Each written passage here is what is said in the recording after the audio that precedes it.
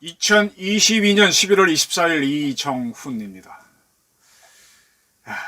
이 절대적으로 불리한 상황에서 역전승을 거두는 방법이 몇 가지가 있죠. 저도 취재를 할 때 정보가 없지 않습니까? 아무것도 모르겠고 하나하나 풀어가는 방법이 있습니다. 지금 한동훈 법무부 장관이 하는 걸 보게 되면 절대 소수인 정권에서 어떻게 부정덩어리의 다수 정권을 척결할 수 있는지 방법을 보여주는 것 같습니다. 한동훈처럼 해라. 윤석열 정부는 따박따박 사실만 따라가라. 휘둘리지 말고.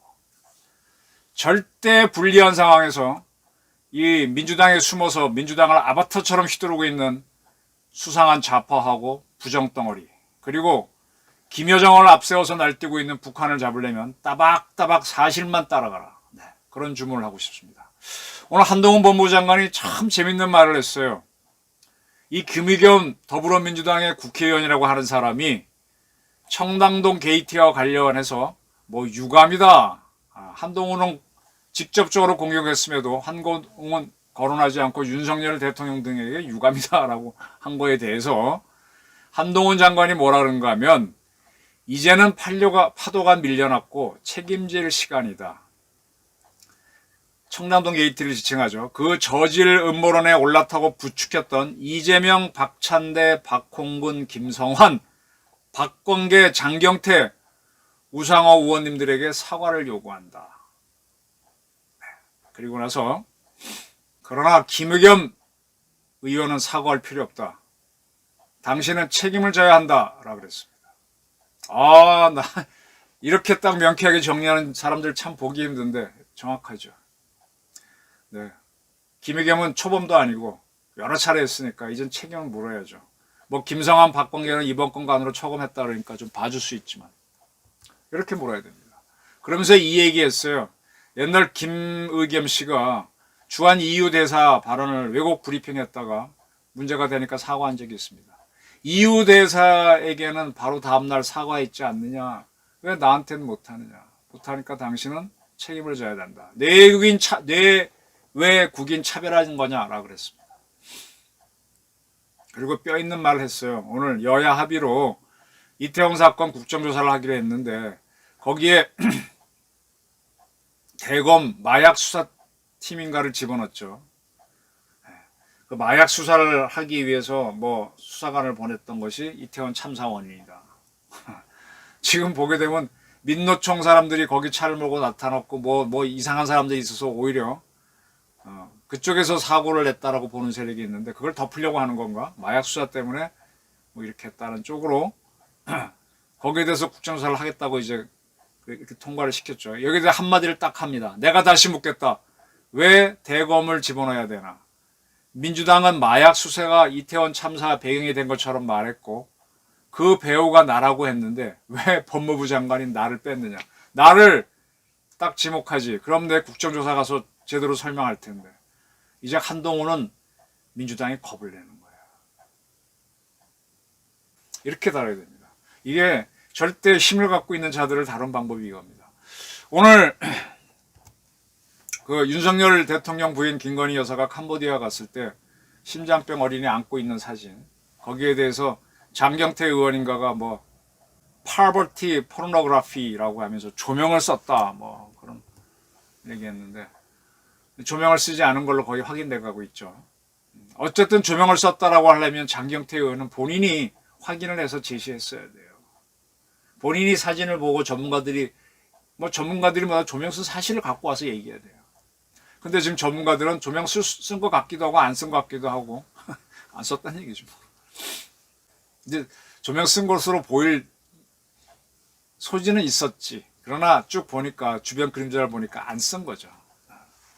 근데 이거 많이 떠들었어요. 여기에 대해서 대통령실에서 장경태 의원을 법적으로 허위사실 유포 혐의로 형사 고발했답니다. 전 이걸 잘했다고 봅니다.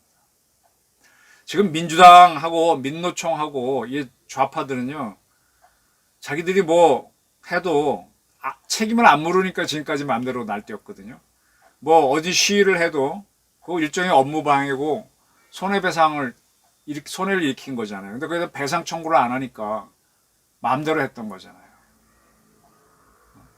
배상 청구가 들어와서 배상금을 물어주게 되면 처음엔 노조에서 물어주겠지. 근데 노조원들이 야, 왜 우리 맹원비를 그걸로 내? 그러면 네 돈으로 내? 그러면 이제 고통스러워지죠. 그렇게 해야만 저렇게 날뛰지 않아요.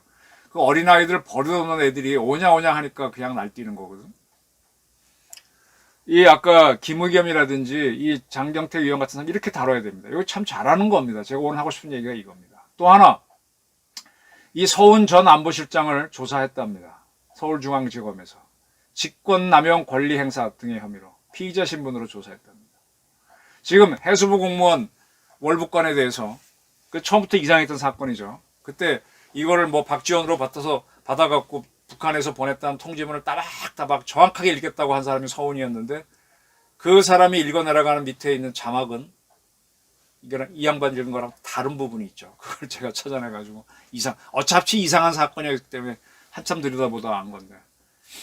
그리고 이제 서훈 당시의 국방부 장관은 군사통합정보 처리 체계 밈스에다가 관련 정보를 삭제하게 했었죠. 이 정보를 정보망에 딱 띄워놓고 있으면은 똑같은 식자재를 줘도요, 이 셰프의 솜씨에 따라 다른 맛이 나오잖아요. 똑같은 취재를 해도 글 쓰라 그러면은 기자 실력이 딱 나옵니다. 똑같은 재료 주고 쓰는 거는 글재 주지만 취재해보라 그러면 실력 차이 확 납니다.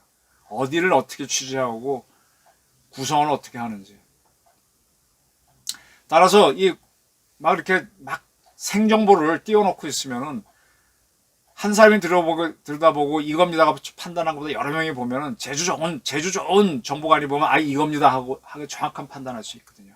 따라서 생정보들은 다 올려줘야 되는데 이걸 삭제해버리면 정확한 판단할 수 있는 정보관들이 못 움직이잖아요. 이거 삭제 지시를 서욱 국방부 장관이 한 문제. 또 김홍희 당시 해경청장은 안보실로부터 지침을 받아서 이 해수부 공무원이 자진이 월북했다라는 쪽으로 발표를 지시하도록 모른 척하게 나는 몰라 알아서 해 이런 식으로 한 혐의 받고 있죠. 상당히 대한민국 국민을 지켜야 되는 사람이 자기네 정권의 목표를 위해서 외면을 한 거죠. 공작도 아니고 어떤 대북 북한을 와해시키기 위한 공작이라면 이야기인데 그것도 아니고 북한 비위 맞추기 위해서 때문에 당시 안보실의 1차장으로 있던 서주석 씨도 조사를 받네요. 서주석 씨도 아는 분인데.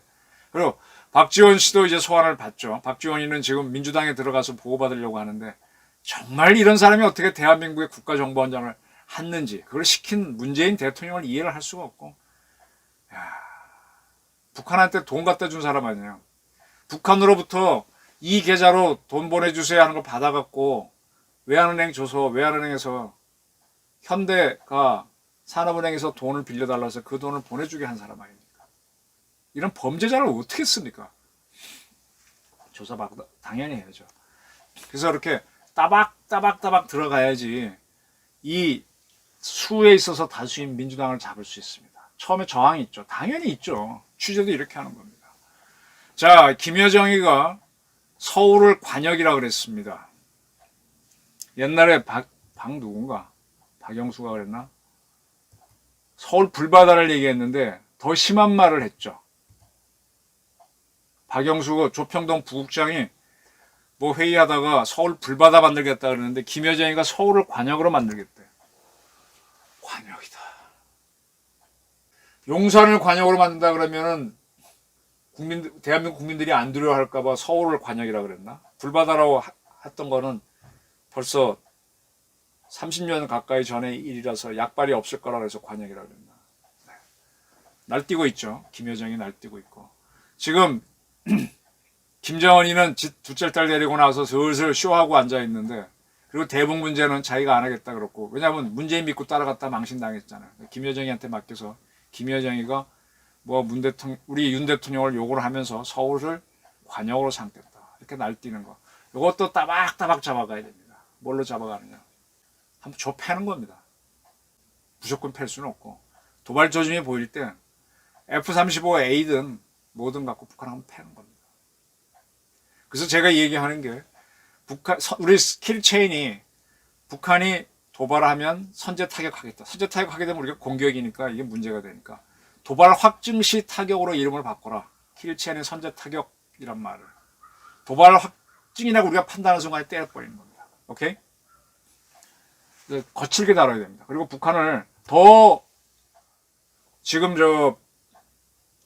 암호화폐 관련해서 이상한 송금이 있는 거 지금 아마 여러분들 아시는 분들도 아실 거고 모르는 분들은 더 많을 수도 있는데 국민 여러분들 지금 모두가 은행 거래 아시잖아요. 한 900만 원 이상 누구한테 송금하면 그게 다 AI로 체크돼서 금융감독원으로 보고가 됩니다. 한 2천만 원 이상 송금하시면은 1,000만 원인가? 저도 자신 없네요. 저도 가끔 문자 받는데 문자로 옵니다.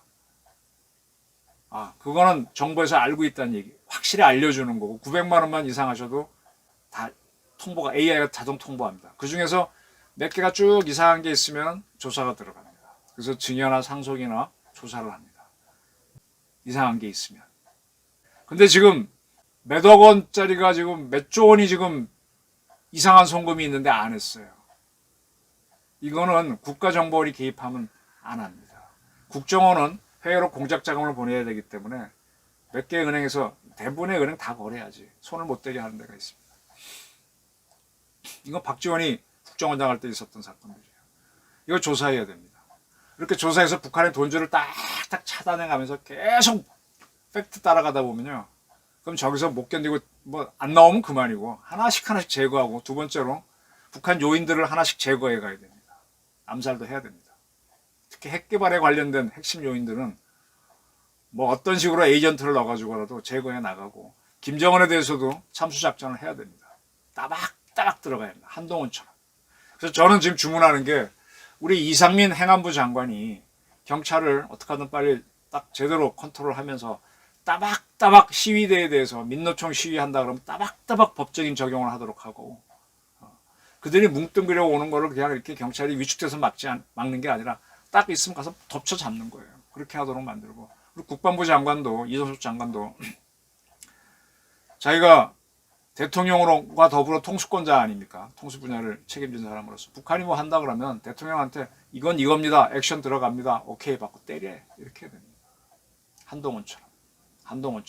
그것이 이 대한민국에서 민주당을 움직이는 좌파하고 북한을 한꺼번에 잡을 수 있는 우리가 불리한 상황이죠. 핵 가진 북한을 다루는 방법이고 민주당이 다수인 국회를 정상화시키는 방법입니다. 따박따박 한동훈처럼. 그렇게 하면서 이 정치가 뭐고 안보가 뭔지 알아나가다 보면 더 좋은 방법이 떠오를 겁니다. 한동훈처럼 부탁드립니다. 경청해 주셔서 감사합니다.